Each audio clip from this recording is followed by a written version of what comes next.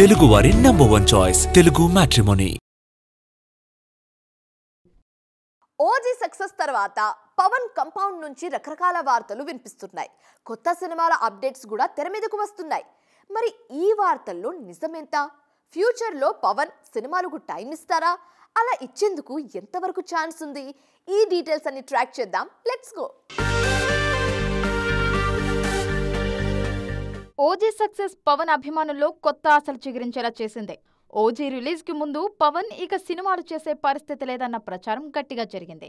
ఉస్తాద్ భగత్ సింగ్ తర్వాత పూర్తిగా పొలిటికల్ గా బిజీ అవుతారు అన్న న్యూస్ వైరల్ అయింది.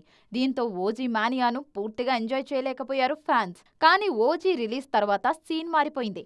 ఇన్నాళ్లు పవన్ ఫ్యూచర్ ప్రాజెక్టు విషయంలో ఎలాంటి హడావిడి లేకపోయినా ఇప్పుడు కాస్త కదలిక కనిపిస్తోంది. గతంలో డిస్కషన్ స్టేజ్ లో ఆగిపోయిన మూవీస్ త్వరలో సెట్స్ మీదకి వచ్చే ఛాన్స్ ఉందన్న ప్రచారం మొదలైంది. హరిహర వీరమల్లు షూటింగ్ టైంలోనూ సురేందర్ రెడ్డి దర్శకత్వంలో పవన్ సినిమా ఉంటుందన్న న్యూస్ బయటకు వచ్చింది.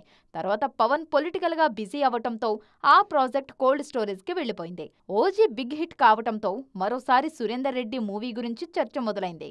సూరి కెప్టెన్సీలో మరో స్టైలిష్ యాక్షన్ ఎంటర్టైనర్ లో పవన్ నటిస్తారన్న న్యూస్ ట్రెండ్ అవుతోంది.